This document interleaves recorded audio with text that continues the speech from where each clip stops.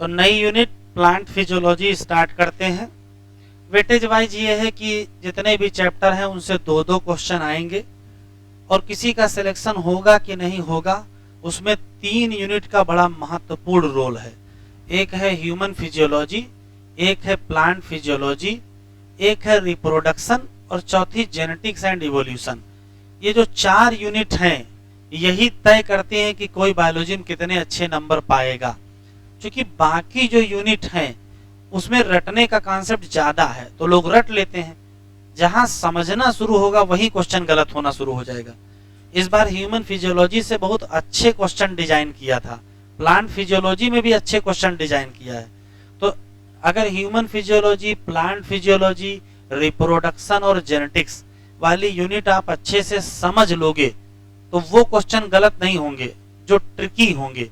बाकी जो रटने वाले हैं वो आपके भी सही होंगे, वो सबके सही होंगे। ठीक है, तो सिलेक्शन होगा कि नहीं होगा उसका जो अंतर है उसमें यही 4 यूनिट तय करती हैं। ठीक है, तो बड़ी इंपॉर्टेंट यूनिट है प्लांट फिजियोलॉजी और chapter photosynthesis in higher plant, respiration in plant and plant growth and development. अब एक नई चीज शुरू हो गई है कि जहां यूनिट दी होती वहां एक पैराग्राफ दिया रहता है। इससे भी सवाल इस बार एग्जाम में एक आ गया है, तो यहाँ भी एक पैराग्राफ दिया है, इसको भी हम लोग पढ़ लेंगे। केवल इसमें से 2 लाइनें आपको हाईलाइट करना है, 2 ही लाइनें याद रखनी है। लिखा बहुत कुछ है, भी बताएंगे क्या याद रखना है। एक सवाल इससे भी आ रहा है जो साइंटिस्ट उसके बाद दिए रहते हैं। इस बार एक क्वेश्चन साइंटिस्ट का भी आया था, वो इकोलॉजी वाली यूनिट था उसका साइंटिस्ट आ गया था। ठीक है, कहने का मतलब है कि कंप्लीट एनसीईआरटी में 11th में 5 यूनिट है तो 5 ये पैराग्राफ होंगे, 5 साइंटिस्ट तो 5 पैराग्राफ, 5 साइंटिस्ट 11th में और 5 ही पैराग्राफ 5 साइंटिस्ट किसमें 12th में। तो कुल 10 पैराग्राफ हैं और 10 साइंटिस्ट हैं। ये आप पढ़ जरूर लीजिएगा। इस बार 2 क्वेश्चन आ गए, एक पैराग्राफ से आ गया और एक साइंटिस्ट से आया, तो अगले साल भी आ सकता है। देखो इस पैराग्राफ में लिखा क्या, केवल सुनना है। प्लांट फिजियोलॉजी यूनिट से पहले कौन सी यूनिट है? सेल वाली यूनिट है। तो वास्तव सेल वाली यूनिट में जो बात समझाई गई थी इस पैराग्राफ में उसी को यहां फिर से रिपीट किया गया है। तो वहां क्या समझाई गई थी वो वहीं देखेंगे। अभी सुनो क्या है। जब कभी लिविंग ऑर्गेनिज्म को समझने का प्रयास करते हैं तो वैज्ञानिक लिविंग ऑर्गेनिज्म की स्टडी करते हैं। तो लिविंग ऑर्गेनिज्म को समझने के 2 अलग अलग तरीके हैं या 2 अलग अलग नजरिए हैं। एक नजरिए का दूसरे नजरिए से बिल्कुल 36 का आंकड़ा है। 36 का आंकड़ा का मतलब पक्का विरोधी, कट्टर विरोधी। तो कट्टर विरोधी के लिए यहाँ शब्द यूज किया गया है, ये लिखा है इररिकॉन्सिलेबल। इसका मतलब होता है कट्टर विरोधी। तो 2 अलग अलग मत हैं जिसका एक दूसरे से पक्का क्या है, विरोध है। अब मत क्या है समझिए। तो एक मत कहता है, वैज्ञानिक का एक ग्रुप कहता है कि लिविंग ऑर्गेनिज्म को अगर समझना है तो सेलुलर और मॉलिक्यूलर लेवल पे समझो। उनके अंदर पाए जाने वाले सेल और सेल के अंदर पाए जाने वाले मॉलिक्यूल की प्रॉपर्टी समझोगे तो आपको ऑर्गेनिज्म समझ में आ जाएगा। एक लोग ये कहते हैं। दूसरे लोग कहते हैं नहीं, ऑर्गेनिज्म को अगर समझना चाहता है तो ऑर्गेनिज्म को एज ए होल देखो, उसमें जो मौके पे दिख रहा उसको देखो।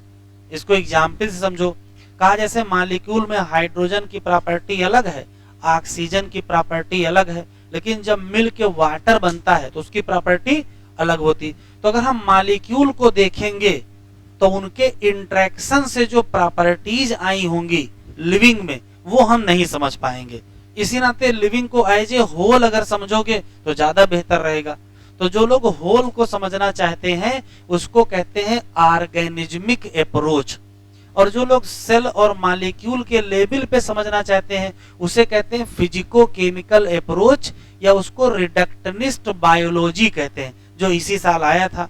तो रिडक्शनिस्ट बायोलॉजी वाले लोग कहते हैं कि हमको सेल और मॉलिक्यूल के लेवल पर समझना है, जबकि जो सिस्टम बायोलॉजी वाले लोग हैं वो कहते हैं नहीं, हमको ऑर्गेनिज्म एज ए होल क्या करना है, समझना है। हमको जज नहीं बनना है, हमको क्वेश्चन सही करना है। ऑर्गेनिज्मिक अप्रोच का मतलब एज ए होल की बात हो रही है, जिसमें उसमें कुल जितनी प्रोसेस हो रही है। इवन हमको ये भी समझना है कि उस ऑर्गेनिज्म का जो भी हमें स्ट्रक्चर या बिहेवियर दिख रहा है, उसमें इन्वायरमेंट का क्या रोल है। क्यों? इन्वायरमेंट का बड़ा इंपॉर्टेंट रोल होता है। कोई ऑर्गेनिज्म कैसा बिहेव करेगा, वो किस हैबिटेट में रहेगा, ये भी तो तय होगा कि उसके पाए जाने वाले मॉलिक्यूल तय करेंगे। तो सिस्टम वाले कहते हैं नहीं, इकोलॉजिकल अप्रोच, ऑर्गेनिज्म और इन्वायरमेंट के इंटरेक्शन की बात करो, ये भी अपना भी सही है।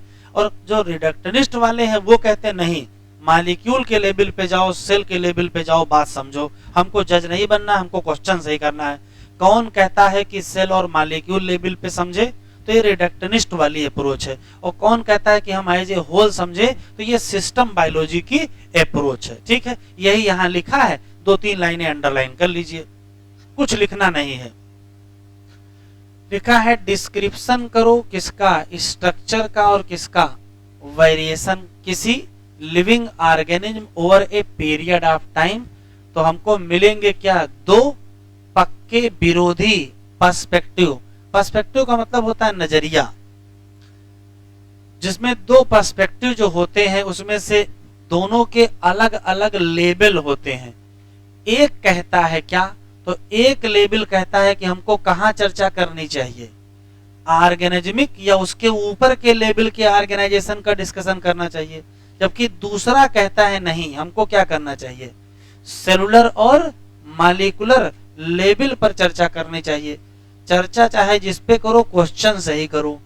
जो सेलुलर और मॉलिक्यूलर पर करेंगे वो रिडक्शनिस्ट वाले होंगे, और जो ऑर्गेनिज्म की बात करेंगे वो सिस्टम बायोलॉजी या एज ए होल की बात करेंगे।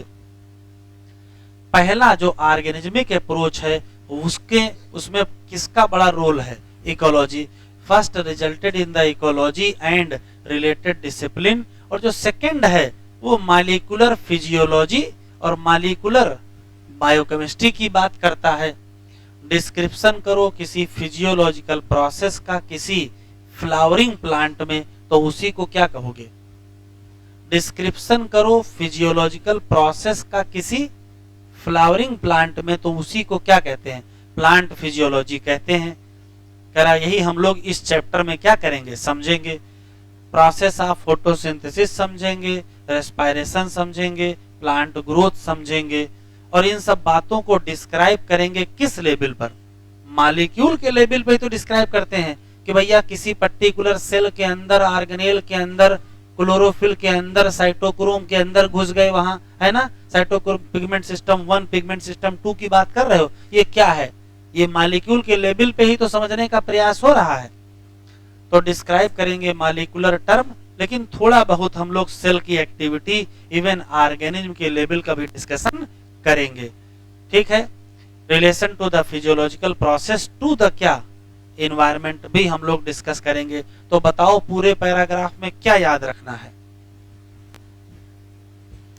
तो कहोगे 2 पक्के विरोधी मत हैं। एक मत कौन सा है, ऑर्गेनिज्मिक वाला, और दूसरा मत कौन सा है, सेलुलर एंड मॉलिक्यूलर बायोलॉजी। बस इतना ही है, चाहो तो 2 लाइन लिख लो, 2 लाइन लिख लो। लिख लीजिए living organism, living organism understand by 2 approach.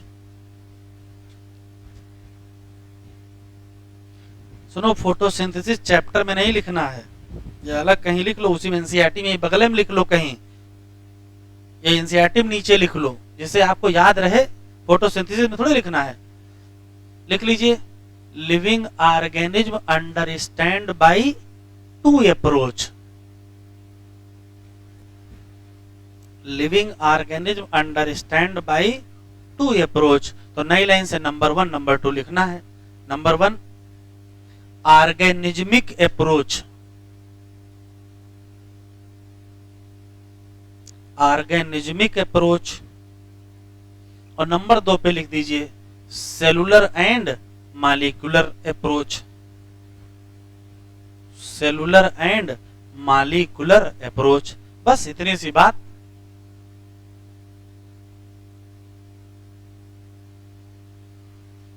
चलिए अब हम लोग साइंटिस्ट को भी निपटा लेते हैं। साइंटिस्ट का नाम मेल्विन और केल्विन, और नहीं है, नाम ही है इनका मेल्विन केल्विन। कहाँ पैदा हुए? मिनियोस्टा। कब पैदा हुए? अप्रैल। कहो डेट नहीं बताए, टाइम बताते कि 13 अप्रैल को सुबह 2:03:17 पर है। किस हॉस्पिटल में किस नर्स ने इनकी डिलीवरी कराई, सब लिख देना चाहिए था यहाँ। और क्या, 1911 में इन्होंने पीएचडी किया। चलो ठीक है, अच्छी बात है। किस सब्जेक्ट में किया? केमिस्ट्री में किया। कहां से किया? University of Lucknow. कहां से? मिनियोस्टा। ये फिर प्रोफेसर भी रहे। काहे के? केमिस्ट्री के। भाई पीएचडी हम करेंगे उसी तो प्रोफेसर बनेंगे। यूनिवर्सिटी ऑफ कैलिफोर्निया, तो ये काम का सवाल है। कहां प्रोफेसर रहे? ये यूनिवर्सिटी ऑफ कैलिफोर्निया, अच्छी यूनिवर्सिटी है। कह रहे हैं just after World War Two. World War Two में क्या हुआ था? हिरोशिमा और नागासाकी पर फायरी कर दी गई थी, न्यूक्लियर बम डाले गए थे। तो दुनिया ने ये समझा था कि रेडियो एक्टिविटी बहुत बुरी चीज है। सभी लोग परेशान थे, लिखा है सीइंग इल इफेक्ट। तो जब सभी दुनिया के लोग ये मान रहे थे कि रेडियो एक्टिविटी से बुरा कुछ नहीं है, तब इन दोनों लोगों ने, केल्विन और उनके साथियों ने, दुनिया के सामने रेडियो एक्टिविटी का क्या यूज किया।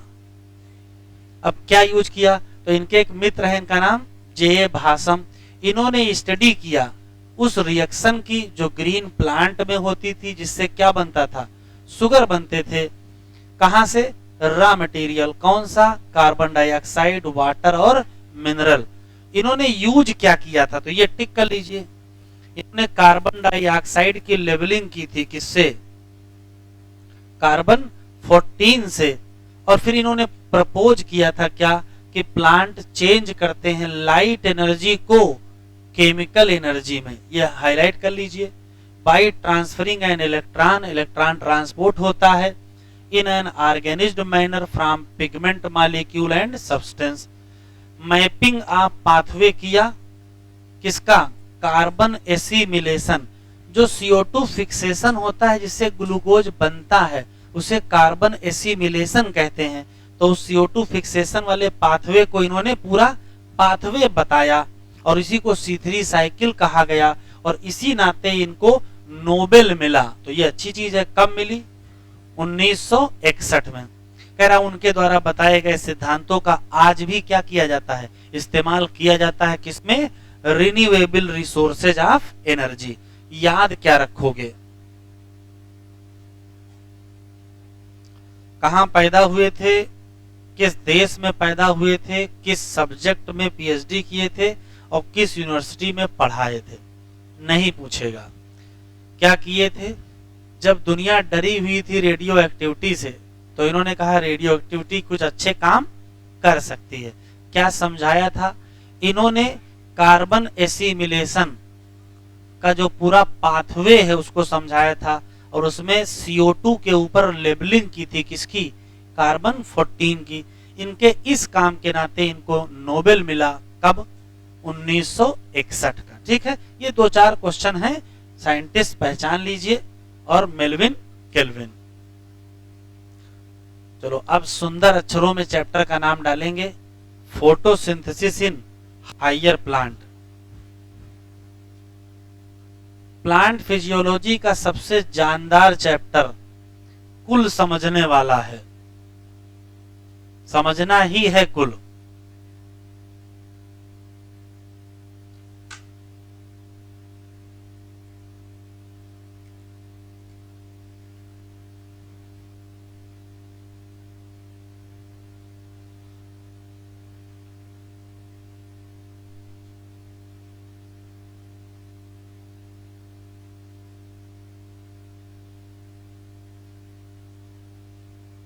चलिए, chapter photosynthesis in higher plant. और जैसा कि सभी चैप्टर की खास बात है ये है कि हमेशा चैप्टर में एक पैराग्राफ लिखा रहता है बगैर हेडिंग के। तो रियल में वो इंट्रोडक्शन है, तो हेडिंग डालें इंट्रोडक्शन। और क्या लिखा है? पहले समझ लेते हैं।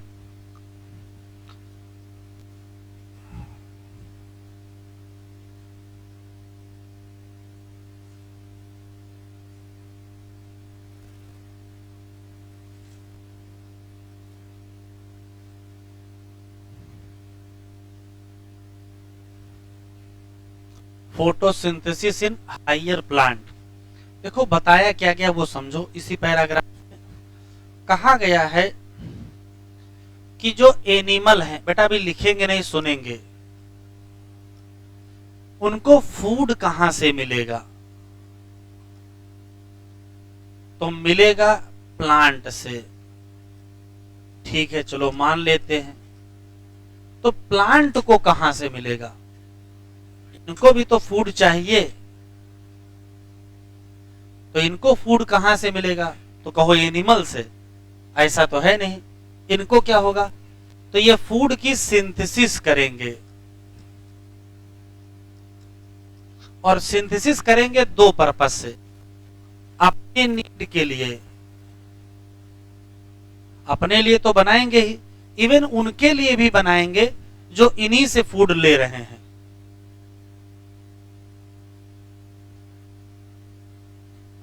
Dependent animal. एक बात, इसका मतलब फिर दुनिया में ऑर्गेनिज्म हो गए दो प्रकार के। ऐसे लोग जो अपना खाना स्वयं बनाएं और ऐसे लोग जो खाना स्वयं ना बना पाए तो दूसरे से लें। तो फिर ऑर्गेनिज्म हो गए दो प्रकार के। एक होते हैं ऑटो ट्राफिक और एक होते हैं हेटेरो ट्राफिक। ऑटो ट्राफिक का मतलब जो इसमें प्लांट आएंगे और हेटेरो ट्राफिक का मतलब इसमें एनिमल आएंगे। ये क्या करेंगे? फूड को सिंथेसाइज कर लेंगे। अब फूड को सिंथेसाइज ऐसे तो कर नहीं लेंगे, क्या करेंगे? सिंथेसिस के लिए प्रोसेस चलाएंगे और प्रोसेस का नाम फोटो सिंथेसिस होगी। अब उसमें करते क्या हैं? तो ये इसमें सनलाइट को यूज करते हैं, उसकी एनर्जी को यूज करते हैं और ऑर्गेनिक कंपाउंड बनाएंगे। तो क्या करेंगे? इसमें सनलाइट का इस्तेमाल करके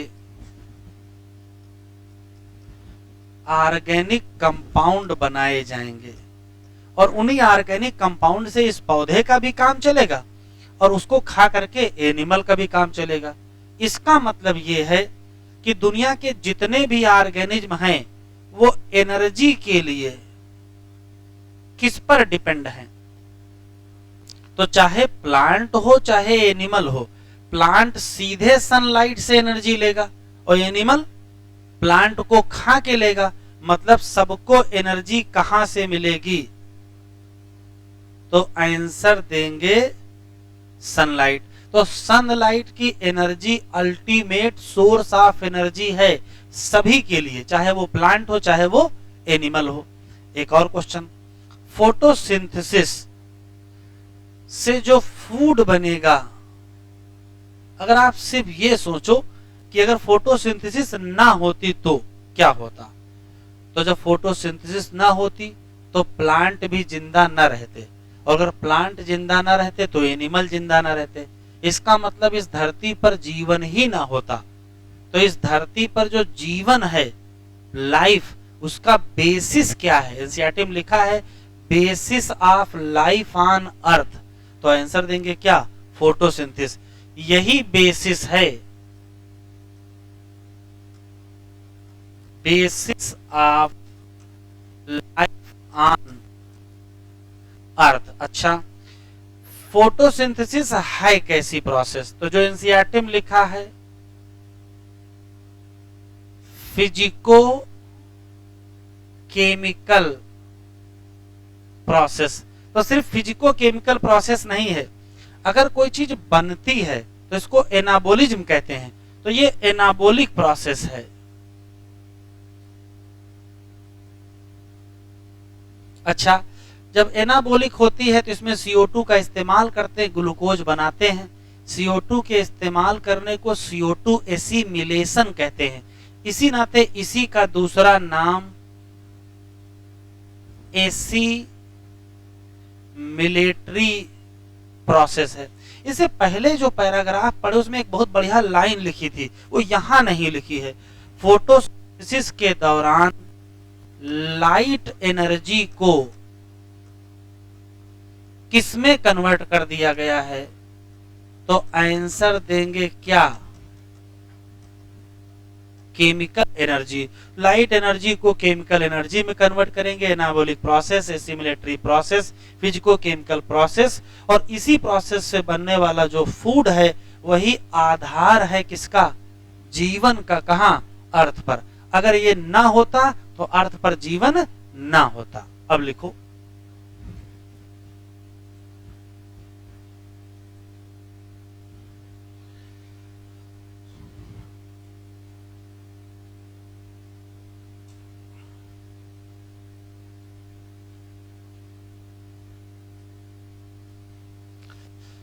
सभी एनिमल, हम लोग भी उसमें शामिल हैं, डिपेंड हैं किस पर? प्लांट पर। काहे के लिए? फूड के लिए। हैव यू वंडर, क्या आपको आश्चर्य है कि from where plant get food? ठीक है। ग्रीन प्लांट इन फैक्ट क्या करते हैं? बनाते हैं या सिंथेसाइज करते हैं फूड अपनी नीड के लिए। इवन उनके लिए भी बनाते हैं जो उन पर क्या हैं? डिपेंडेंट हैं। ग्रीन प्लांट मेक या सिंथेसिस करते हैं फूड दे नीड, किसके थ्रू? फोटोसिंथेसिस। और इसी नाते इन सब लोगों को क्या कहते हो? ऑटोट्रॉफ कहते हैं। जैसा कि हम पहले पढ़ चुके हैं। कहां पढ़ चुके हो? कहीं नहीं पढ़ चुके हो, कहीं लिखा ही नहीं है। चैप्टर था वो डाइजेशन, और चैप्टर डाइजेशन हट ही चुका है। तो जैसा कि हम पढ़ चुके हैं बिल्कुल गलत है कि ऑटोट्रॉफिक न्यूट्रिशन किसमें पाया जाएगा? प्लांट में या बाकी अदर ऑर्गेनिज्म में जो डिपेंड है किस पर? ग्रीन प्लांट पर। इस नाते सबको क्या कहते हो? हेटेरोट्रॉफ। ग्रीन प्लांट कैरी करेंगे क्या? फोटोसिंथेसिस। हाइलाइटर हो तो हाईलाइट कर लीजिए।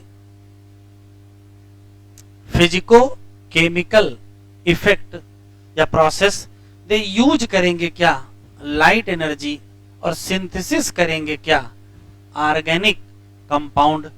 देखो लिखा है दुनिया के सभी लिविंग ऑर्गेनिज्म, मतलब प्लांट और एनिमल, सब डिपेंड है किस पर? सनलाइट पर। किसके लिए? एनर्जी। एनर्जी का यूज करना किसकी? सनलाइट का। कौन करेगा? प्लांट। कब करेगा? फोटोसिंथेसिस। ये देखो लिखा, यही आधार है जीवन का। कहां? अर्थ। तो अच्छी लाइन लिखी है। लाइफ का जो बेसिस है वो क्या है? सनलाइट। फोटोसिंथेसिस इंपॉर्टेंट है दो मामले में। ये पॉइंट छूट गया था, अभी लिखा देंगे। मुख्य रूप से ये क्या बनाता है? फूड बनाता है। लेकिन ये रिलीज करता है क्या? Oxygen into the atmosphere. जरा सोचो कि अगर ऑक्सीजन न होती तो क्या होता? तो न तुम होते, न हम होते, न कोचिंग होती। ठीक है। इस चैप्टर में क्या पढ़ेंगे? तो जो पढ़ेंगे आगे पता ही चलेगा। व्हाट डू वी नो का मतलब क्या हम जानते हैं कि हम क्या जानते हैं? हम क्या जानते हैं? तो हम क्या क्या जानते हैं ये पता करना है। उससे पहले दो लाइनें लिख लें, यही लिख लो इसी जगह।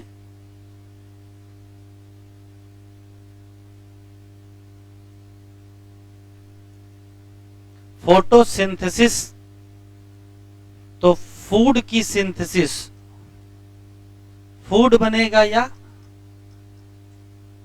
ग्लूकोज की सिंथेसिस होगी, लेकिन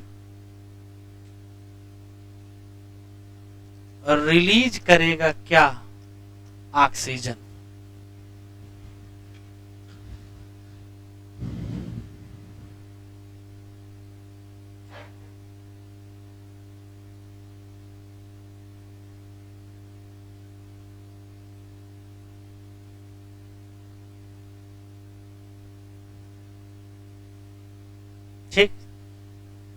तो जो एनसीईआरटी में हेडिंग है कि हम क्या जानते हैं, वो हेडिंग नहीं डालना है। हेडिंग डालिए अर्ली एक्सपेरिमेंट।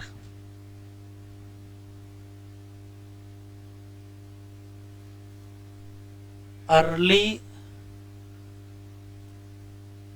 एक्सपेरिमेंट,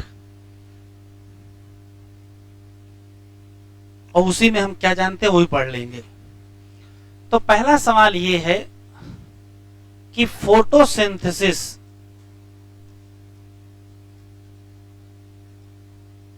के लिए क्या क्या रिक्वायरमेंट है।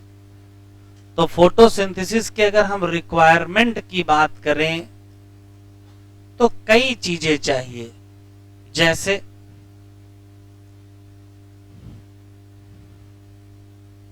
जैसे हमको क्लोरोफिल चाहिए, इसके बगैर तो हो नहीं पाएगा। लेकिन सिर्फ क्लोरोफिल से काम चलेगा नहीं, और क्या चाहिए, तो और हमको लाइट चाहिए, और हमको CO2 चाहिए। सवाल यह है कि ये पता कैसे चला कि क्लोरोफिल चाहिए, लाइट चाहिए, CO2 चाहिए या वाटर चाहिए, कैसे पता चला।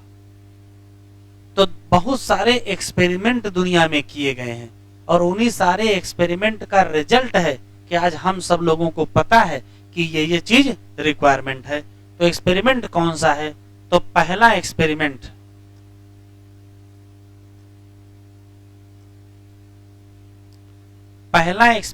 है वेरीगेटेड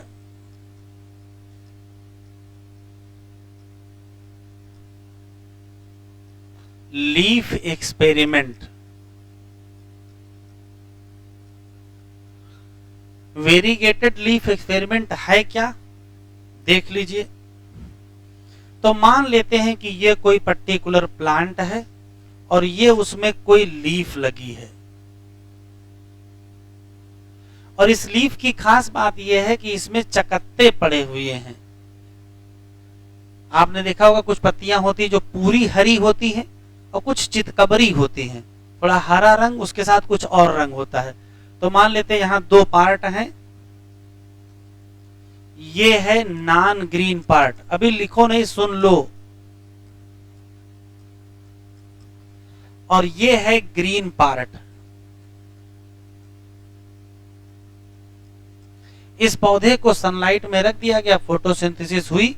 अगर फोटोसिंथेसिस हुई होगी तो ग्लूकोज बनेगा, ग्लूकोज बनने के बाद वो स्टार्च में कन्वर्ट होगा।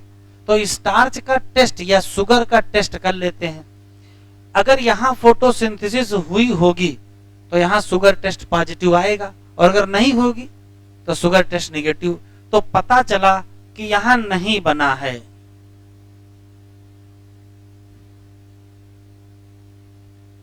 एब्सेंस ऑफ शुगर, जबकि यहां प्रेजेंस ऑफ शुगर। बताओ इस एक्सपेरिमेंट से क्या पता चला। इस एक्सपेरिमेंट से यह पता चला कि जो पौधे का हरा हिस्सा है वही फोटोसिंथेसिस होती है, जो हरा हिस्सा नहीं होता है वहां फोटोसिंथेसिस नहीं होती है। तो इससे क्या पता चला, पता ये चला कि photosynthesis only in green part. चलो अच्छा ठीक है।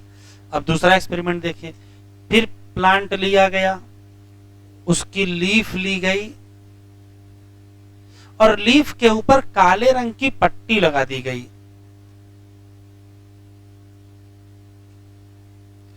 इतना हिस्सा काले रंग के ब्लैक पेपर लगा दिया गया।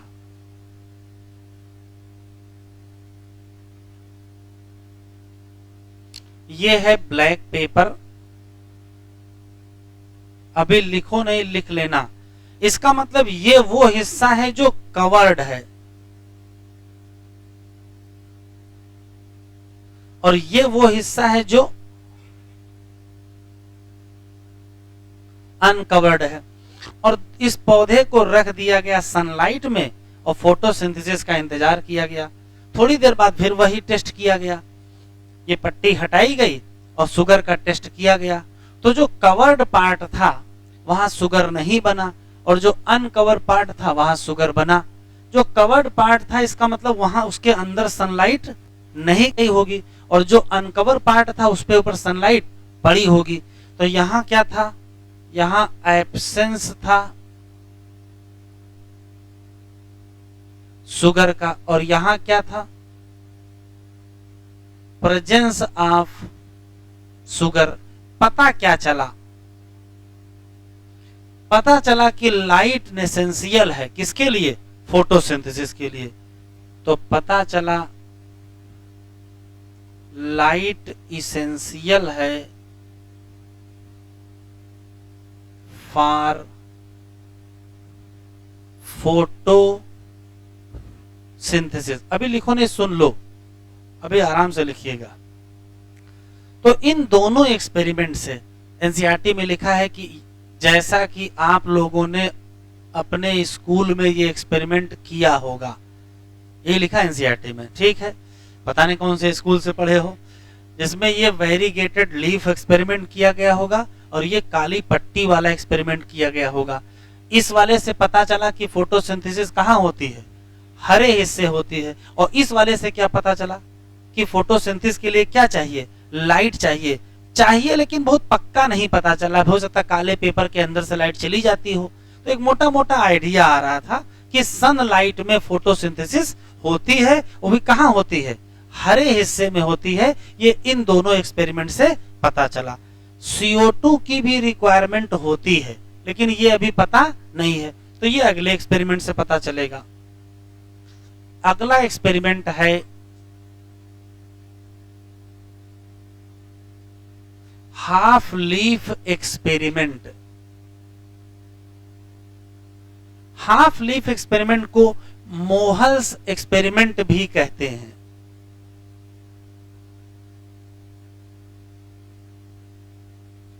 और इन्हीं एक्सपेरिमेंट का रिजल्ट है कि CO2 चाहिए किसके लिए, फोटोसिंथेसिस। कैसे पता चला, देखो कितने बुद्धिमान आदमी थे। ये पर्टिकुलर प्लांट है, ये उसकी लीफ है। लीफ को इन्होंने एक टेस्ट ट्यूब में बंद कर दिया, और इस टेस्ट ट्यूब के अंदर इन्होंने रख दिया KOH, सॉक्ड कॉटन। रुई ले लिया, रुई, और KOH में उसको डुबो दिया और निकाल के यहां रख दिया। तो स्थिति ये हो गई कि ये वो हिस्सा है जो एक्सपोज है हवा को, और ये ऐसी जगह है जो एक्सपोज नहीं है।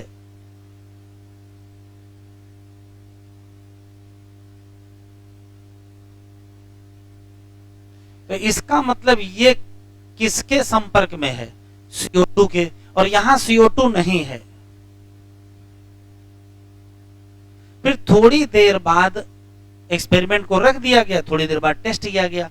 तो जो ये हिस्सा था ये शुगर का पॉजिटिव टेस्ट दे रहा था, और जो ये हिस्सा था वो शुगर का नेगेटिव टेस्ट था। तो यहां क्या था, पॉजिटिव टेस्ट फॉर शुगर, और ये क्या था, नेगेटिव टेस्ट फॉर शुगर। क्या पता चला, ये पता चला कि भाई जिस हिस्से पर CO2 मिल रही थी उस हिस्से में शुगर बनी, और जिस हिस्से में CO2 नहीं मिल रही थी वहां शुगर नहीं बनी। अच्छा, टेस्ट कैसे करते हैं शुगर का, तो टेस्ट करते हैं स्पेशल कैसे लिख लेंगे, शुगर टेस्ट करते हैं आयोडीन से। जहां शुगर होगी वहां वो पिंक या ब्लू हो जाता है। तो अगर होगी शुगर तो क्या हो जाएगा, पिंक या ब्लू। तो अगर रंग बदल गया, वो पिंक या ब्लू हो गया तो वहां शुगर है, और अगर पिंक या ब्लू नहीं हुआ तो शुगर नहीं है। तो ये इस हिस्से का रंग बदल जाएगा और इस हिस्से का रंग नहीं बदलेगा। अभी लिखो नहीं, केवल सुनते जाओ। इसी कड़ी में, अच्छा चलो इतना लिख लो, थोड़ा हो गया, 2 पेज हो गया है, इतना लिख लो।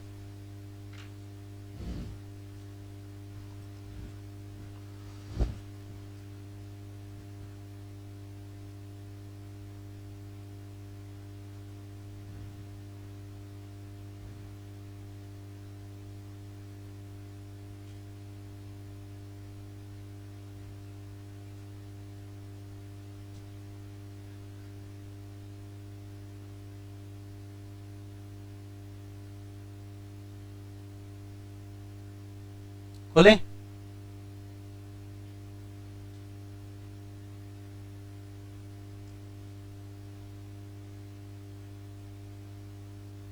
करा हम क्या जानते हैं,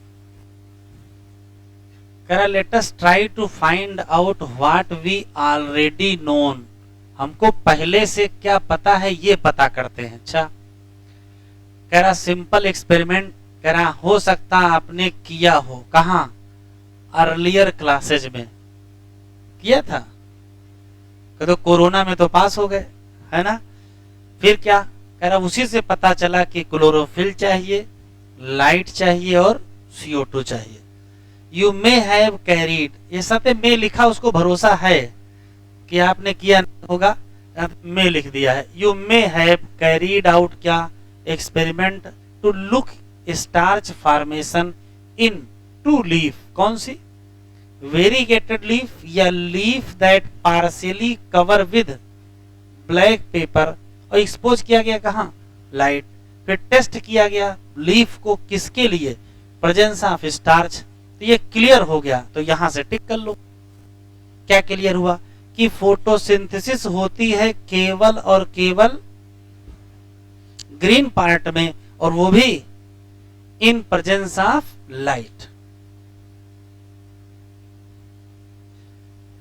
करा एक और एक्सपेरिमेंट हो सकता है आपने किया हो, जहां एक लीफ को इनक्लोज किया गया ट्यूब में और रखा क्या था, KOH सॉफ्ट कॉटन जो एब्जॉर्ब करेगा CO2, और आधी लीफ एक्सपोज थी किसको, एयर को। फिर वही सेटअप को रख दिया गया, टेस्ट किया गया प्रेजेंस ऑफ स्टार्च के लिए। तो कह रहा you have found that exposed part, जो बाहर एक्सपोज था वो क्या था, पॉजिटिव टेस्ट देता है, जबकि दूसरा पोर्शन जो ट्यूब में था वो नेगेटिव टेस्ट देता है। इससे क्या पता चला, तो फिर टिक कर लो, CO2 रिक्वायर्ड फॉर फोटोसिंथेसिस। चलिए हेडिंग डालिए, प्रिस्टले एक्सपेरिमेंट, हेडिंग डालिए प्रिस्टले एक्सपेरिमेंट।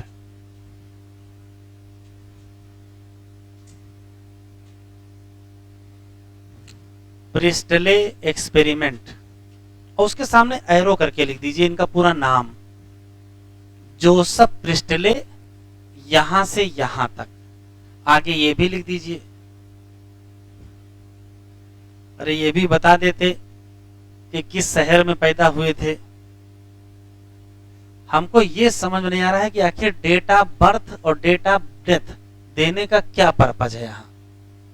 अगर ऐसे कह देते कि जोसेफ प्रिस्टले ने 1770 में एक्सपेरिमेंट किया था तो कौन सी बुराई थी। 1733 में पैदा हुए, 1804 में चले गए, इसको बताने का कोई तो पर्पज होना चाहिए। तो वो ये बताना चाहता है कि जब तुम पैदा नहीं हुए थे, तुम्हारे पिताजी पैदा नहीं हुए थे, उनके पिताजी पैदा नहीं हुए थे, तब ये पैदा हो गए थे, ठीक है। और तब इन्होंने ये इतने बड़े बड़े क्या किए, एक्सपेरिमेंट किए, सिर्फ इतना बताना चाहते हैं। तो नाम पहले लिखो प्रिस्टले एक्सपेरिमेंट, पूरा नाम जोसेफ प्रिस्टले, 1733 से 1804, और एरो करके लिखो 1770।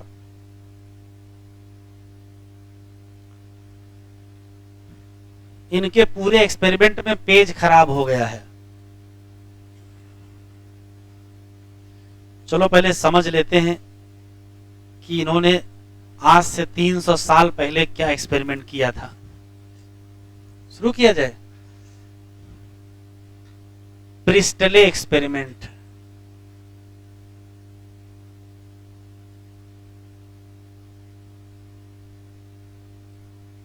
और कब किए? 170 नहीं, 1770। देखो क्या एक्सपेरिमेंट किए तो उससे क्या निकला था वो समझिए। तो इन्होंने क्या किया, एक जार ले लिया और उस जार के अंदर मोमबत्ती जला दी। ये मोमबत्ती जल रही है।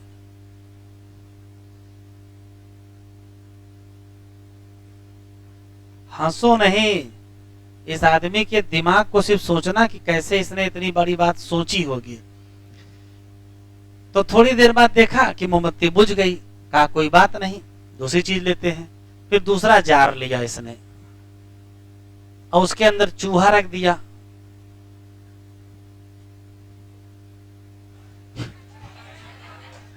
चलो कोई बात नहीं, आपको जो दिखाई पड़े, सबकी अलग अलग जैसी जिसकी भावना, उसको वो दिख रहा है। हमें चूहा दिख रहा है, तुम्हें कछुआ दिख रहा है। चलो लो, आपका अब चूहा हो गया।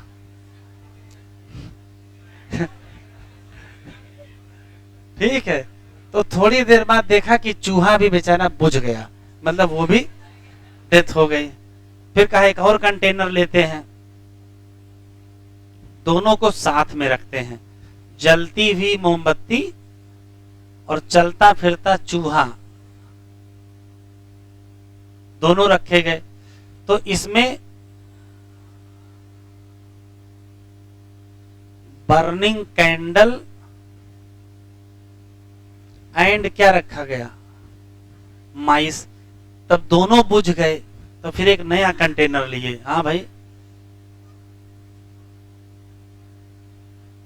और इस नए कंटेनर में जलती हुई मोमबत्ती रखी गई, चलता फिरता चूहा रखा गया।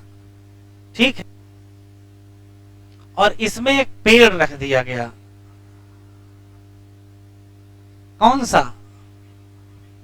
Mint plant. तो देख रहे हैं कि चूहा भी खुश है और मोमबत्ती भी जल रही है।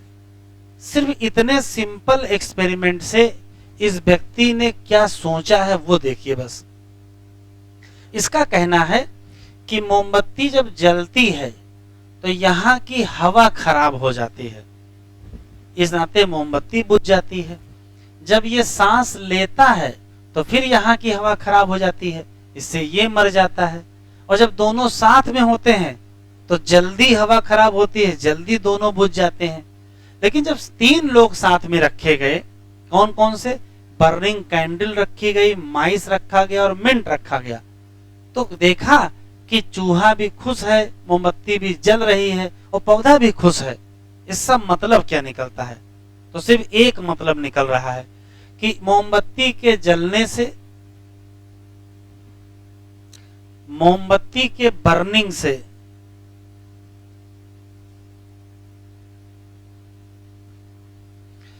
कैंडल के बर्निंग से और इनके ब्रीदिंग से जो एयर डैमेज होती है, मतलब जो हवा खराब हो जाती है, वो मिंट प्लांट क्या करता है? रीस्टोर करता है। हिंदी में किसी के सांस लेने से या किसी के जलने से जो हवा दूषित होती है, उसको सही करने का काम कौन कर सकता है? पौधे कर सकते हैं। तो फाइनल कंक्लूजन इनके एक्सपेरिमेंट का यही है। फिर इन्होंने ही बताया है कि पौधे की ग्रोथ में हवा का बड़ा रोल है। इन्होंने ही ऑक्सीजन की खोज की। तो इनके एक्सपेरिमेंट से कुल जुड़े 4 क्वेश्चन। पहला, इनके एक्सपेरिमेंट से क्या पता चला? तो कहोगे प्लांट हवा को शुद्ध करेंगे या रीस्टोर करेंगे, जो रिमूव की जाएगी किससे? बर्निंग कैंडल एंड ब्रीदिंग माइस से। इन्होंने ही कहा कि रोल ऑफ एयर है प्लांट के ग्रोथ में। इन्होंने ही ऑक्सीजन को खोजा 1774 में। इनके एक्सपेरिमेंट में क्या क्या क्या यूज हुआ? तो कहोगे 4 चीजें। क्या? बर्निंग कैंडल यूज हुआ और माइस यूज हुआ और एक प्लांट, कौन सा? मिंट। एक्सपेरिमेंट कब किए? 1770। लिखो।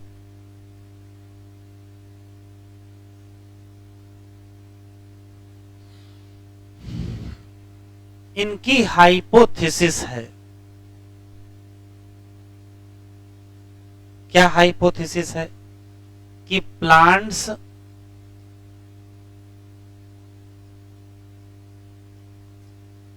restore air that remove by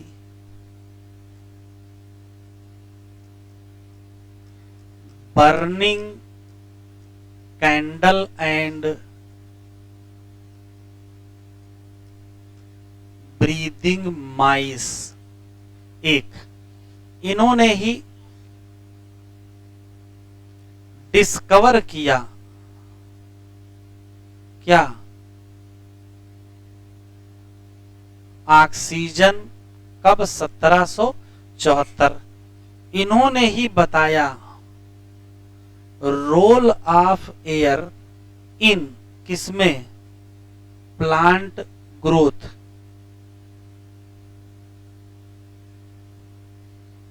और इनके एक्सपेरिमेंट में यूज क्या हुआ? तो कई चीजें यूज हुई। एक जार यूज हुआ, कैंडल यूज हुआ, माइस यूज हुआ और मिंट का प्लांट यूज हुआ। ना डालो, सोचो नहीं। चलो दूसरा एक्सपेरिमेंट है इंजन हाउस।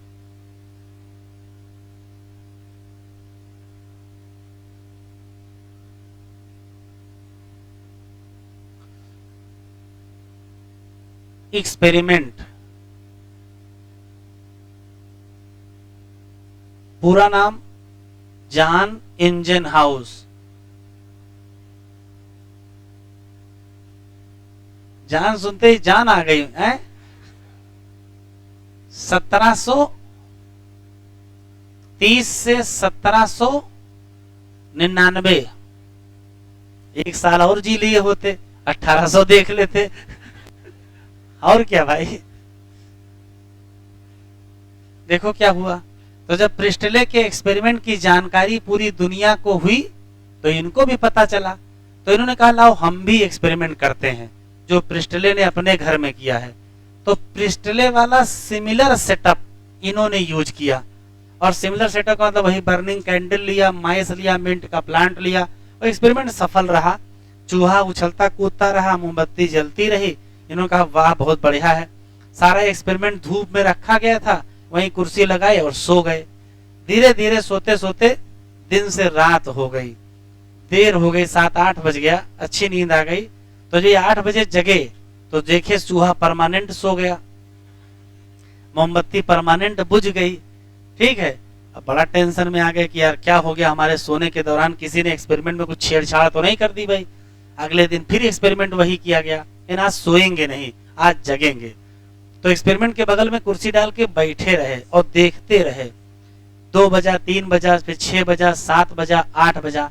तो जैसे जैसे शाम हो रही थी देख रहे थे कि चूहा थोड़ा सुस्त पड़ रहा है।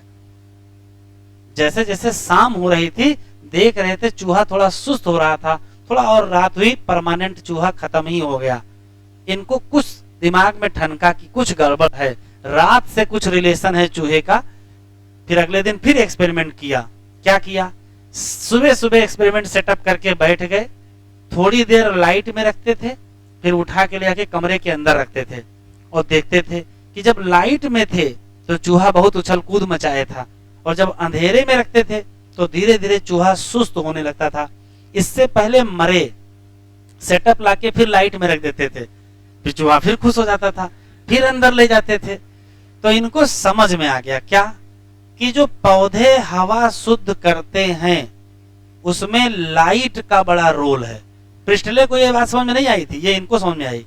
तो प्रिस्टले के एक्सपेरिमेंट में इन्होंने आगे एक लाइन बढ़ा दी, क्या कि पौधे हवा शुद्ध करते हैं, इसमें कोई शक नहीं। प्रिस्टले सही थे, सही है, सही रहेंगे। लेकिन एक बात वो नहीं बताए थे, क्या कि पौधों में शुद्ध करने की जो क्षमता है वो कब है? In presence of light. किसने बताया? जॉन इंजनहाउस।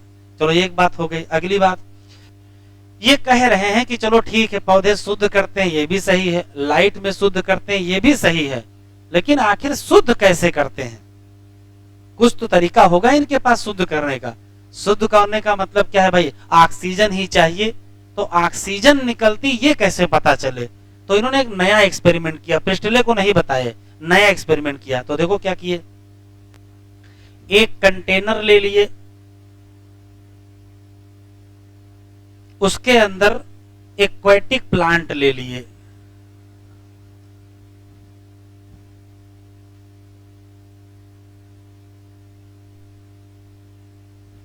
और इसमें वाटर भरा हुआ है, वाटर, और इसको लाइट में रख दिए। तो देख रहे हैं कि थोड़ी देर बाद इसमें छोटे छोटे बुलबुले बन रहे हैं। इसी पौधे के अगल बगल तो क्या बने? बबल। जब थोड़ा और पता किए तो पता चला कि इसमें क्या था? ऑक्सीजन। बस इनको पूरी बात समझ में आ गई। क्या पौधे क्या रिलीज करते हैं? ऑक्सीजन।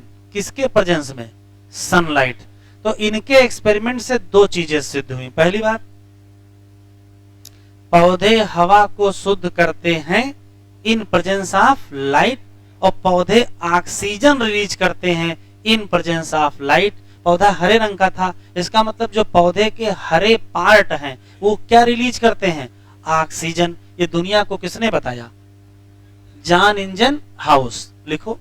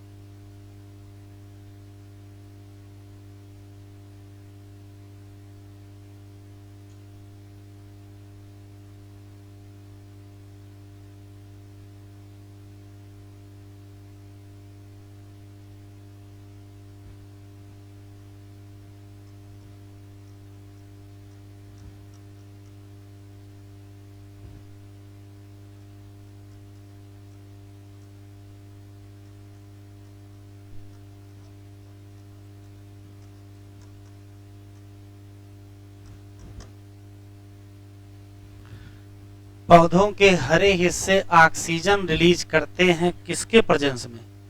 लाइट के प्रेजेंस में। दुनिया को किसने बताया? जॉन इंजनहाउस।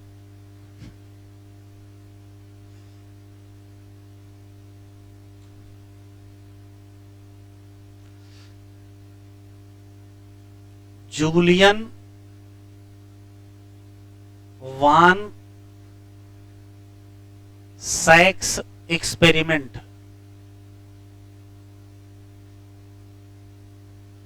कब? 1854। क्या कहा सुन लीजिए, बिल्कुल नई बात दुनिया को बता दिए। प्रिस्टले ने कहा था कि पौधे की ग्रोथ में एयर का बड़ा रोल है। कहा प्रिस्टले को कुछ नहीं पता है, वो बहुत पुरानी बात है, हमको पता है 1854 में। क्या? पौधे की ग्रोथ में ग्लूकोज की सिंथेसिस का रोल है। ग्लूकोज सिंथेसिस होगी तभी पौधा बड़ा होगा। लोगों ने पूछा कैसे, कहा? तो कहा पौधे में ग्लूकोज की सिंथेसिस एक विशेष जगह होती है। कहा वो क्या है? कहा नहीं पता है। बाद में पता चला वो क्लोरोप्लास्ट है। कहा उसके लिए विशेष ग्रीन पिगमेंट चाहिए। कहा वो क्या है? कहा नहीं पता है। बाद में पता चला क्लोरोफिल है। तो जनरल बात इन्होंने बताई क्या, कि पौधे में ग्लूकोज या कार्बोहाइड्रेट एक स्पेशल स्ट्रक्चर या बॉडी जिसका नाम क्लोरोप्लास्ट और एक स्पेशल पिगमेंट जिसका नाम क्लोरोफिल की मदद से ग्रीन पार्ट में बनता है। इन्होंने ही दुनिया को एक नई बात बताई। कहा जो ग्लूकोज है वो स्टार्च के फॉर्म में स्टोर होता है। तो पौधे ग्लूकोज को स्टार्च के फॉर्म में स्टोर करते हैं, ये किसने बताया? तो आंसर देंगे जूलियन वान सैक्स। लिखो, role of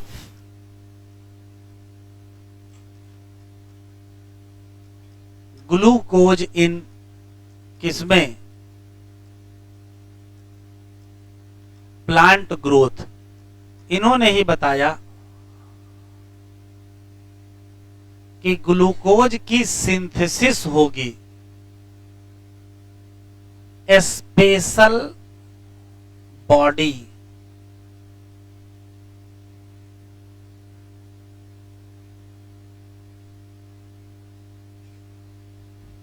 in presence of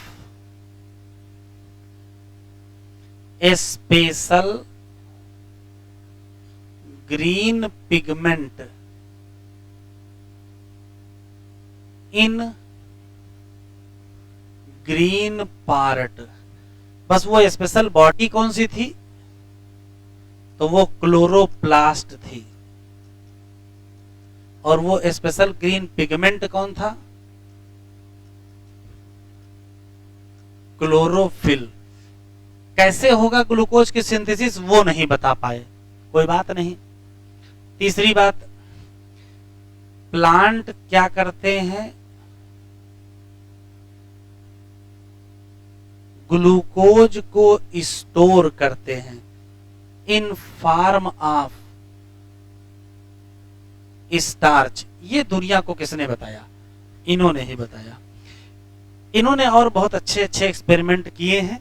mineral nutrition chapter खत्म हो गया है, उस चैप्टर में यह बताया गया था कि किसी भी पौधे की ग्रोथ के लिए कौन सा मिनरल चाहिए और कौन सा मिनरल नहीं चाहिए। थोड़ा बहुत अगर पुराना याद हो तो हमारी दुनिया में बहुत सारे मिनरल पाए जाते हैं। क्या सभी एसेंशियल होते हैं? नहीं। कितने एसेंशियल कितने थे? एसेंशियल केवल 17 हैं, जिसमें 9 मैक्रो हैं, 8 माइक्रो हैं। ये दुनिया को बताने का श्रेय किनको जाता है? जूलियन वान सैक्स को। अब चैप्टर खत्म हो गया, कोई बात नहीं, बात गई रात गई। लिख लिया? अभी तक क्या क्या क्या पता चल चुका है? पता चल चुका है कि भाई सनलाइट चाहिए, पता चल चुका है कि क्लोरोफिल चाहिए, पता चल चुका है कि और क्या पता चला? CO2 चाहिए। ठीक है, दिन और रात का भी असर समझ में आ गया है। अभी तक ये नहीं पता चला है कि जो लाइट है वो तो व्हाइट लाइट होती है, व्हाइट लाइट का स्पेक्ट्रम होता है, विब्रिक्योर जिसको कहते हैं। तो क्या अलग अलग वेवलेंथ की लाइट में फोटोसिंथेसिस सेम होती है कि अलग होती है? ये अभी नहीं पता है। लाइट में होती तो कंफर्म है, लेकिन किस लाइट में फोटोसिंथेसिस ज्यादा होगी और किस लाइट में फोटोसिंथेसिस कम होगी ये अभी नहीं पता है। तो ये किसने बताया? तो आंसर देंगे TW एंजलमैन। तो अगला एक्सपेरिमेंट रहो।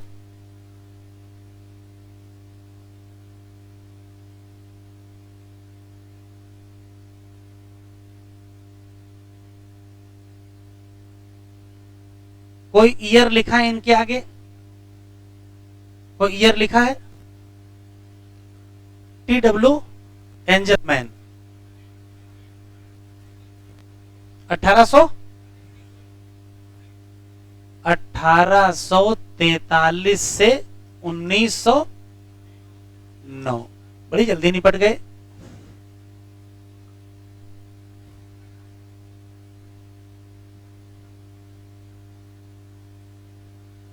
शुरू करें। देखो इन्होंने क्या किया कि इन्होंने एक पर्टिकुलर कंटेनर लिया, उस कंटेनर के अंदर इन्होंने एक ग्रीन एल्गी ली। इस ग्रीन एल्गी का नाम अभी लिखो ने बेटा, सुन लो, क्लेडोफोरा है। और यहां पर वाटर ले लिया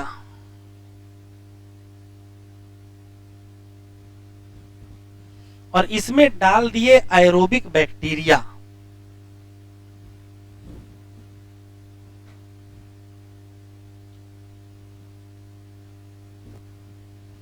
क्या डाल दिए?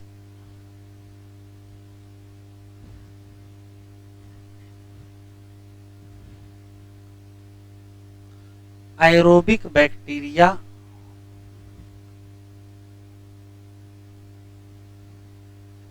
और फिर लाइट लिया और लाइट को प्रिज्म से गुजार दिया। यह है प्रिज्म। तो जब लाइट प्रिज्म के अंदर जाएगी तो होगा क्या? अपने स्पेक्ट्रम में टूट जाएगी। तो स्पेक्ट्रम में टूटती है, तो स्पेक्ट्रम में टूटने के बाद देखो क्या होगा। ये लाइट अंदर गई और स्पेक्ट्रम में टूट जाएगी।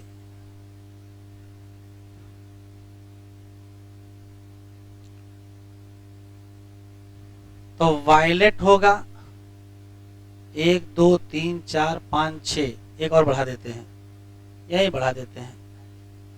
Indigo, blue, green, yellow, orange और रेड, ये अपने स्पेक्ट्रम यहां फॉल किया और इस पूरे सेटअप को सनलाइट में रख दी, अपना आराम से फोटोसिंथेसिस हो रही है। थोड़ी देर बाद देख रहे हैं कि जो ये एरोबिक बैक्टीरिया हैं ये यहां ज्यादा इकट्ठा हो गए हैं और यहां ज्यादा इकट्ठा हो गए हैं और यहां कम है। तो एरोबिक बैक्टीरिया इस रीजन में ज्यादा इकट्ठा है, इस रीजन में ज्यादा इकट्ठा है। इसका मतलब क्या है? तो देखो क्या मतलब है। मतलब सिर्फ इतना है कि देखो ये है ग्रीन एल्गी क्लेडोफोरा, यहां हो रही होगी फोटोसिंथेसिस, तो निकल रही होगी ऑक्सीजन, निकल रही होगी ऑक्सीजन। तो जहां ऑक्सीजन ज्यादा होगी वहां एरोबिक बैक्टीरिया ज्यादा इकट्ठा होंगे और जहां ऑक्सीजन कम होगी वहां बैक्टीरिया कम इकट्ठा होंगे। इसका मतलब है कि जो ब्लू रीजन है और जो रेड रीजन है वहां ऑक्सीजन ज्यादा है, जो कि ग्रीन रीजन है वहां ऑक्सीजन कम है। इसका मतलब है कि जो लाइट के स्पेक्ट्रम हैं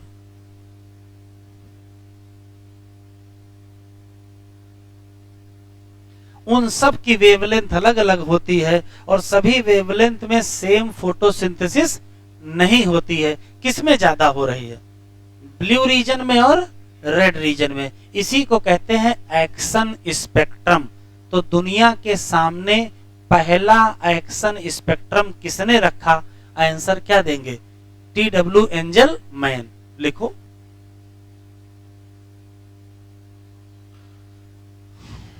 इन्होंने प्रूफ किया that photosynthesis not same in all spectrum of light। एक बात, मोर फोटोसिंथेसिस किसमें हुई? तो कहोगे ब्लू एंड रेड स्पेक्ट्रम। इसी नाते इन्होंने एक्सप्लेन किया क्या, फर्स्ट एक्शन स्पेक्ट्रम जो मिलता जुलता था, similar to chlorophyll A and chlorophyll B.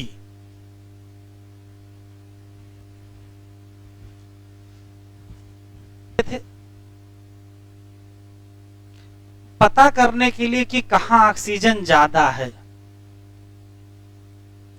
To detect क्या, ऑक्सीजन। जहां ऑक्सीजन ज्यादा होगी वहां बैक्टीरिया ज्यादा होंगे, जहां ऑक्सीजन कम होगी वहां बैक्टीरिया कम होंगे।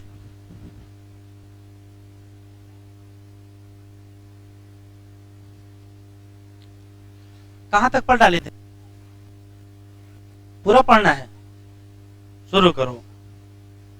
It is interesting to learn about those simple experiment that is gradual development to understand photosynthesis. Joseph Priestley 1733 1804, experiment कितना 1770, इन्होंने बताया। तो ये टिक कर लो। इसेंशियल रोल है एयर का किसमें, ग्रोथ ऑफ ग्रीन प्लांट। फिर इनका एक्सपेरिमेंट दिया है कि कौन बुझेगा कौन बचेगा, उससे मतलब नहीं है। इन्होंने रखा क्या था, मिंट का प्लांट। ये अच्छा सवाल है, ये टिक कर लो, यही काम का क्वेश्चन है। इनकी हाइपोथेसिस क्या है, तो प्लांट रिस्टोर करेंगे एयर जो रिमूव होगी किससे, एनिमल से या बर्निंग कैंडल। फिर ये छोड़ दीजिए, कह रहा है एक्सपेरिमेंट कैसे किए होंगे, सेटअप कैसे किए, इससे क्या मतलब है। कह रहा सिमिलर सेटअप यूज किया किसने, जैसे प्रिस्टले ने यूज किया वैसे, बस इसको कहां रखे, एक बार डार्क एक बार लाइट। काम कब किए, 1730 से 1799, तब बताया इन्होंने। तो ये टिक कर लो, ये इनका कंक्लूजन है कि सनलाइट जरूरी है उस प्रोसेस के लिए जो क्या करती है, प्यूरिफाई एयर। फिर इन्होंने नया एक्सपेरिमेंट किया, क्या लिया, एक्वेटिक प्लांट लिया, कहां रखा, सनलाइट में। तो क्या बने, बबल। किसके अराउंड, ग्रीन पार्ट। जबकि जब डार्क में रखते थे तो बबल नहीं बनते थे। तो पता चला, हाँ बाद में इनको पता चला कि बबल में क्या है, ऑक्सीजन। तो इन्होंने फिर क्या सिद्ध किया, तो only green part of plant क्या कर सकता है, ऑक्सीजन रिलीज कर सकता है। कह रहा है जब तक 1854 नहीं आया, जूलियन वान सैक्स नहीं आए, तब तक ये प्रमाणित नहीं हुआ क्या, कि ग्लूकोज का प्रोडक्शन जरूरी है किसके लिए, प्लांट ग्रोथ। ग्लूकोज स्टोर होगा किस फॉर्म में, स्टार्च। इन्होंने ही बाद में बताया कि जो ग्रीन सबस्टेंस है जिसका नाम क्लोरोफिल है, वो स्पेशल बॉडी में है जिसका नाम क्लोरोप्लास्ट है। इन्होंने ही बताया कि green part of the plant glucose को बनाएंगे और इसको स्टोर करेंगे कहां, स्टार्च। फिर आए TW एंजलमैन 1843 से 1909, क्या यूज किया, प्रिज्म। स्प्लिट किया लाइट को किसमें, स्पेक्ट्रल कंपोनेंट में। फिर उसको एलिमिनेट किया किसको, ये बहुत इंपॉर्टेंट है, क्या, ग्लाइडोफोरा। और कहां रखे, सस्पेंशन में। वहां क्या थे, एरोबिक बैक्टीरिया। बैक्टीरिया क्यों यूज किए, ये पता करना था कि ऑक्सीजन कहां से निकल रही है। तो इन्होंने ऑब्जर्व किया, क्या, तो ऑब्जर्व किया बैक्टीरिया ज्यादातर कहां इकट्ठा हो रहे हैं, ब्लू और रेड लाइट वाले में। तो पहला एक्शन स्पेक्ट्रम दुनिया के सामने किसने बताया, इसी ने बताया। ये रफली किसके जैसा था, तो absorption spectra of chlorophyll A and B. करा बाद में डिस्कस करेंगे। यहां से लेकर के पूरा यहां तक किसके एक्सपेरिमेंट की कहानी है, तो हेडिंग डालेंगे कार्नेलियस वान नील। लिखो कार्नेलियस वान नील एक्सपेरिमेंट, ब्रैकेट में ये लिखो 1897 से 1985, ये सही है। बिल्कुल नई जानकारी है।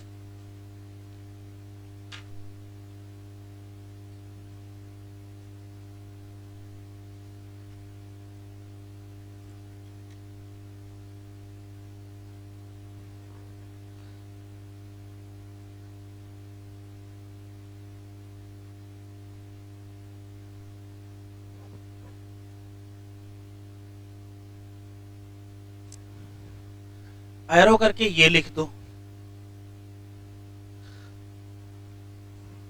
माइक्रोबायोलॉजिस्ट।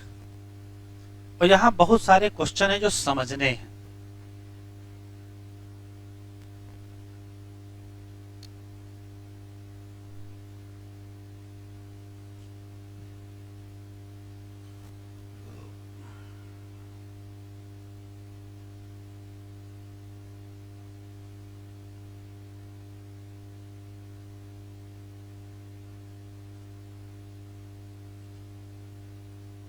कार्नस वान नील, इनको कार्न वान नील भी कहते हैं। देखो क्या एक्सपेरिमेंट था। कह रहे हैं कि 19वीं शताब्दी आते आते लोगों को समझ में आ चुका था कि फोटोसिंथेसिस क्या है। तो समझ में सिर्फ इतना आया था क्या कि देखो CO2 चाहिए और सनलाइट चाहिए, तो क्या बन जाएगा? ग्लूकोज बन जाएगा। और ग्लूकोज को यहां लिखा है CH2O, मतलब यहां लिखोगे 6 तो यहां 12, यहां क्या हो जाएगा 6 हो जाएगा। CO2 से ग्लूकोज बनता है, इसमें कोई शक नहीं है। अब थोड़ी और जानकारी बढ़ी, क्या पता चला? कहा देखो भाई CO2 से ग्लूकोज बनाना है तो ये घटना कौन सी है? तो CO2 से ग्लूकोज बनाने का मतलब ये है कि आप CO2 से अगर ग्लूकोज बना रहे हो तो CO2 को क्या करना पड़ेगा? रिड्यूस करना पड़ेगा।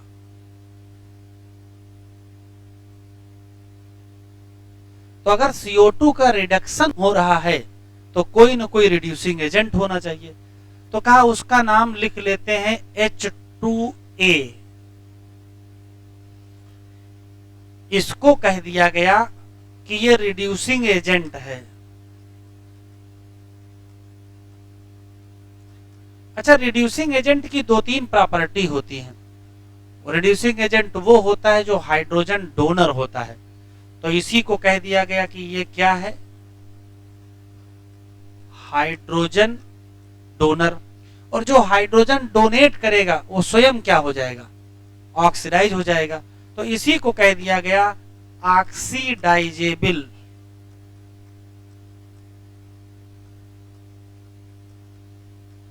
सब्सटेंस।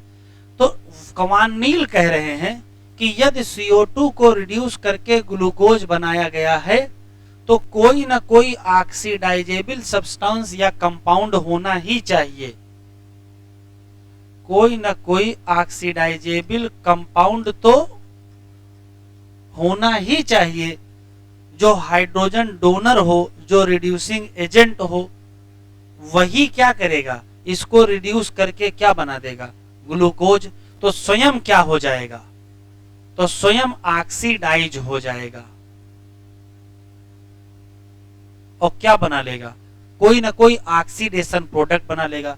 तो ये किसका प्रोडक्ट है? रिडक्शन का। तो ये किसका प्रोडक्ट है? ऑक्सीडेशन का। लोगों ने कहा समझ में नहीं आ रहा। कहा देखो ऐसे समझ में आएगा। एक काम करते हैं कि H2O ले लेते हैं और CO2 ले लेते हैं और बना लेते हैं ग्लूकोज, और इसके साथ मिल गया ऑक्सीजन। तो दिख रहा है क्या? CO2 रिड्यूस करके क्या बन गई? ग्लूकोज। और वाटर ऑक्सीडाइज करके क्या बन गया? ऑक्सीजन। कहा और अच्छा देख लो। कहा H2S ले लेते हैं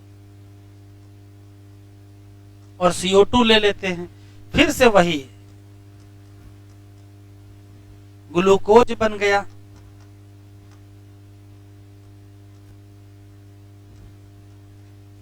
और 2 मिल गए सल्फर।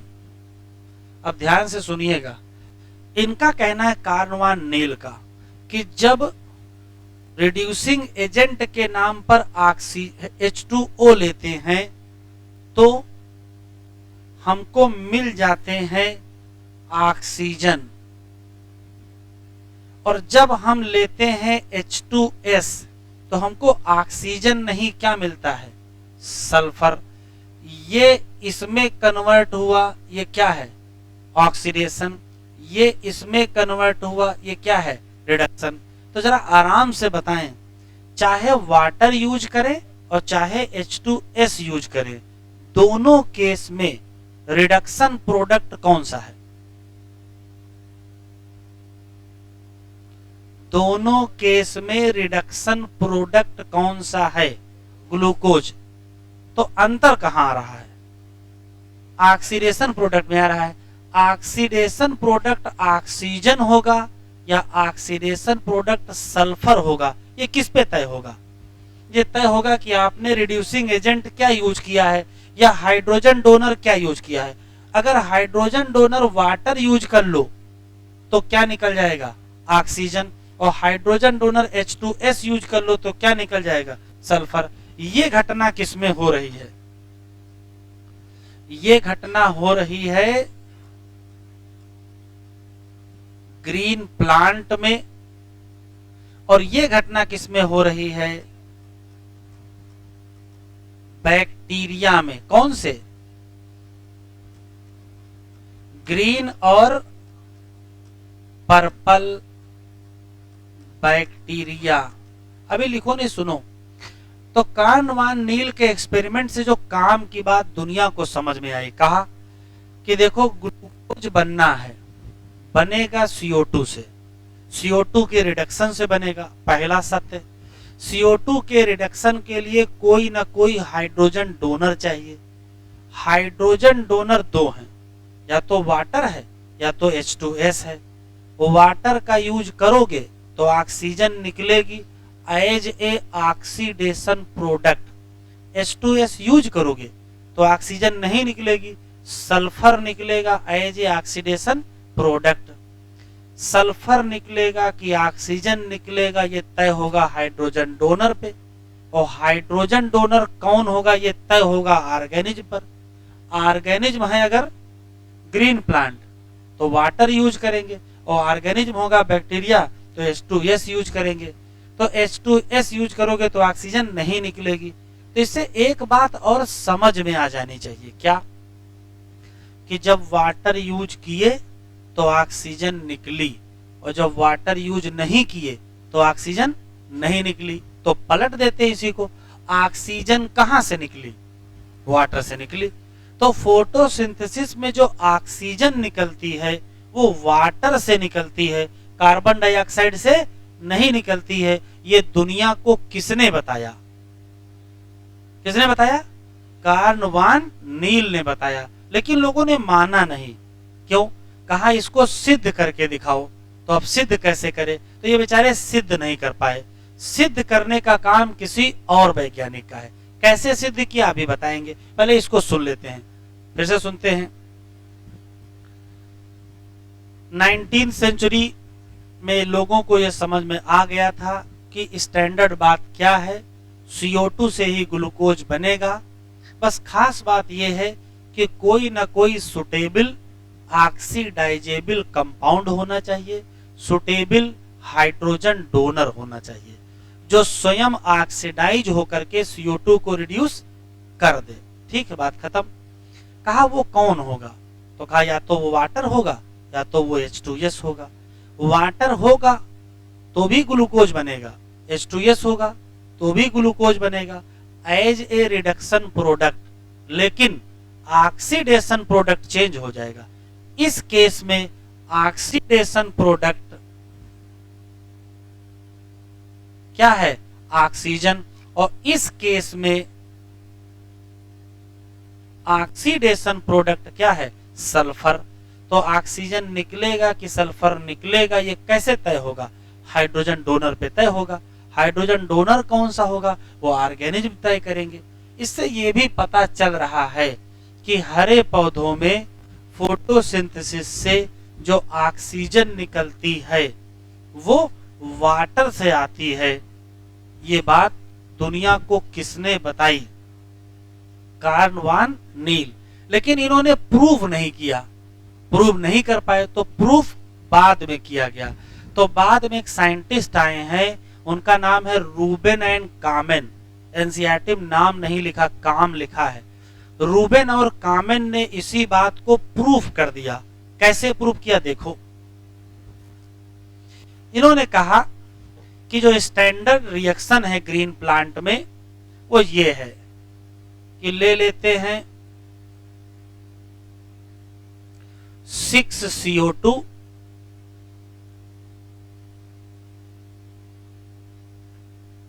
12 वाटर और बना लेते हैं C6H12O6 प्लस 6 बनते हैं वाटर प्लस बनते हैं ऑक्सीजन का। ये स्टैंडर्ड रिएक्शन भी लिखो नहीं, सुन लो।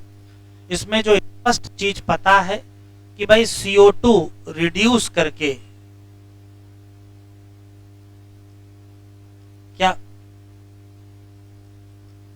क्या बनाती है? ग्लूकोज।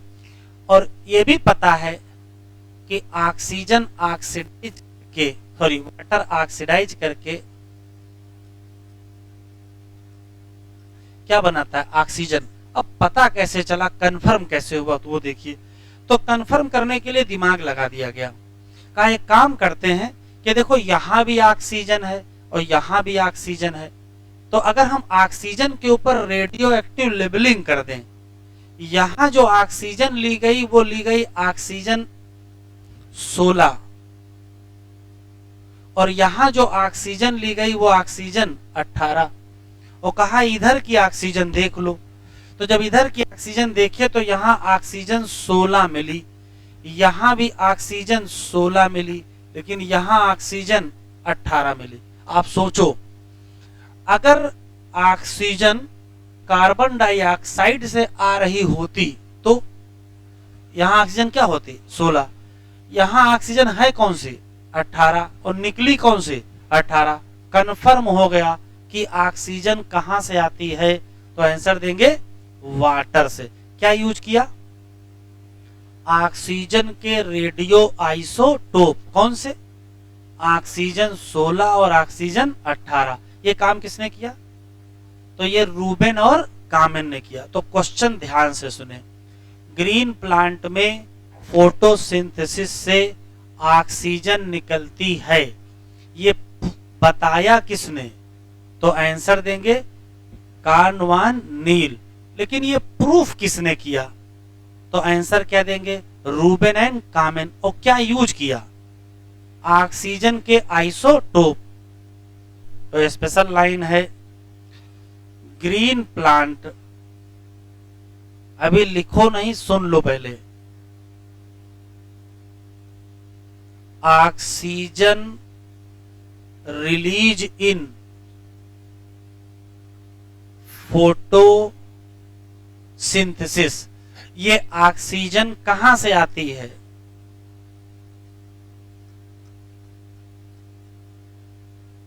Derive from water. कहां से नहीं आती है? इसको प्रूफ बताया किसने और प्रूफ किसने किया? तो इसको दिया किसने? Given by Carl van Niel. लेकिन इसको प्रूफ किसने किया?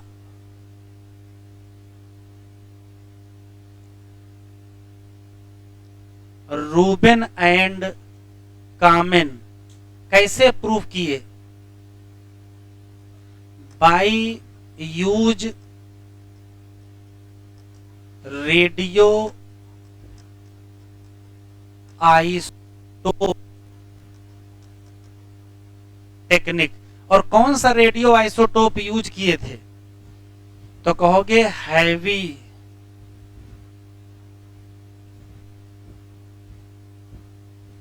Isotope of oxygen. कौन सा था? ऑक्सीजन 18। इतना लिखो पहले।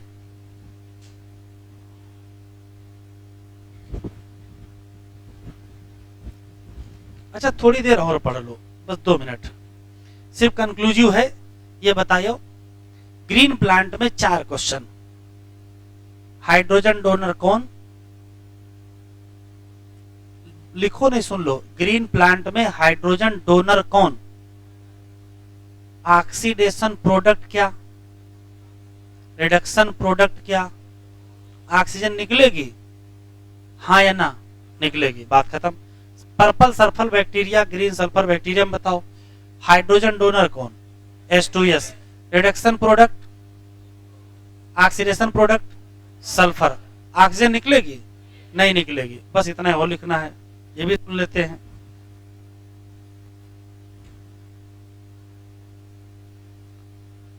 फार बताते चले, हम लिखेंगे ग्रीन प्लांट।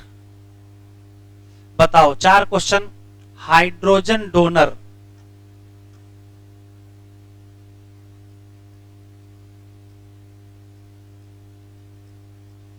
बताओगे नहीं? हाइड्रोजन डोनर कौन है? वाटर। अच्छा, रिडक्शन प्रोडक्ट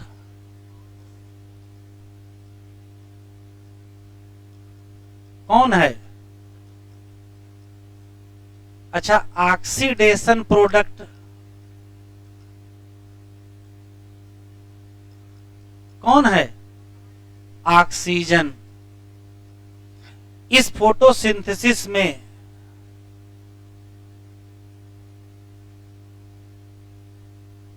क्या होगा? O2 रिलीज होगी, इसी नाते इसको कहते हैं ऑक्सीजेनिक फोटोसिंथेसिस।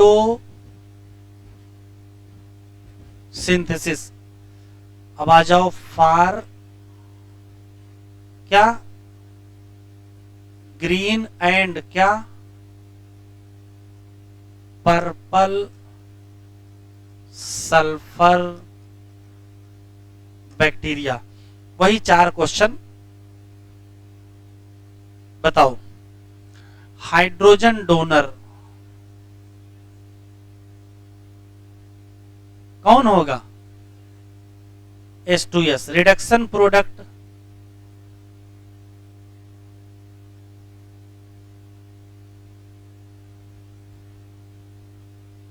ऑक्सीडेशन प्रोडक्ट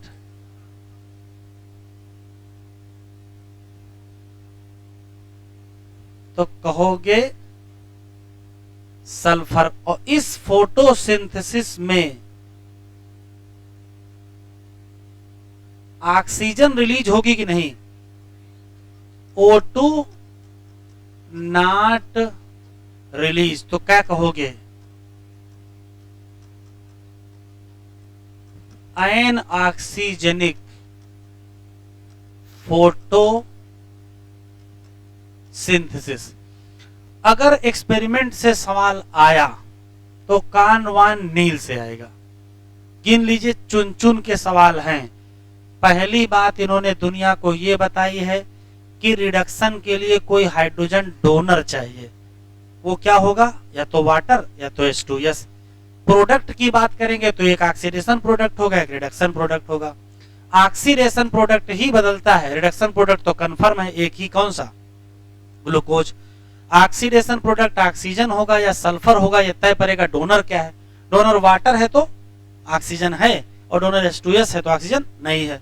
इसका मतलब है कि ऑक्सीजन कहां से निकली? वाटर से निकली। किसने बताया? कानवान नील। और किसने प्रूफ किया? रूबेन एंड कामन। कैसे प्रूफ किया है? रेडियो आइसोटोप कौन सा? ऑक्सीजन 18। कार्बन 14 नहीं यूज किया, इतना जल्दी में ना रहो। कार्बन 14 कहां है? केल्विन साइकिल में। हमको पता है कार्बन 14 चल रहा है दिमाग में, ठीक है, कार्बन भर गया माइंड में लग रहा है। चलो लिखो।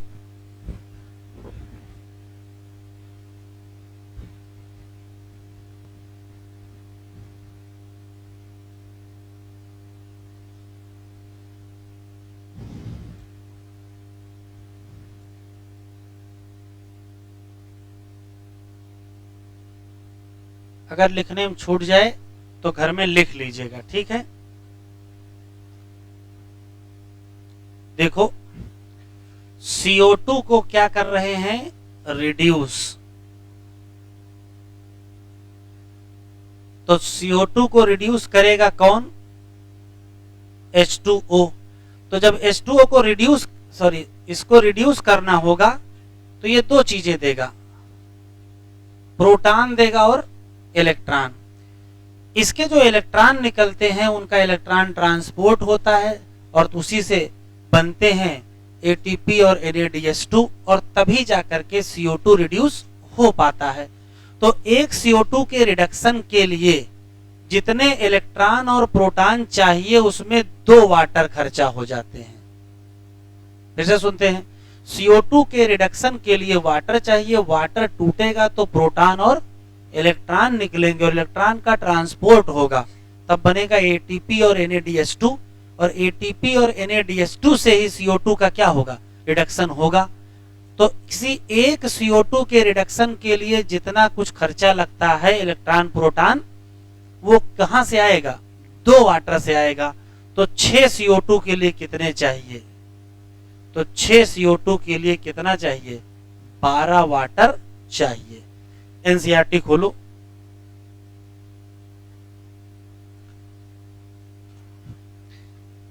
कह रहा है मिडिल ऑफ 19th सेंचुरी तक जो के फीचर हैं फोटोसिंथेसिस के, वो दुनिया को पता चल चुके कि प्लांट को चाहिए लाइट, क्या बनाने के लिए, कार्बोहाइड्रेट, कहां से, CO2 और वाटर। मेन इक्वेशन ऐसी है, CO2 लिया, वाटर लिया, ग्लूकोज बनाया, ऑक्सीजन निकली, ठीक है। लेकिन माइलस्टोन कंट्रीब्यूशन किसने दिया फोटोसिंथेसिस को समझने में, किसने दिया, माइक्रोबायोलॉजिस्ट, नाम क्या, कार्डवान नील। कब, 1897 से 1985।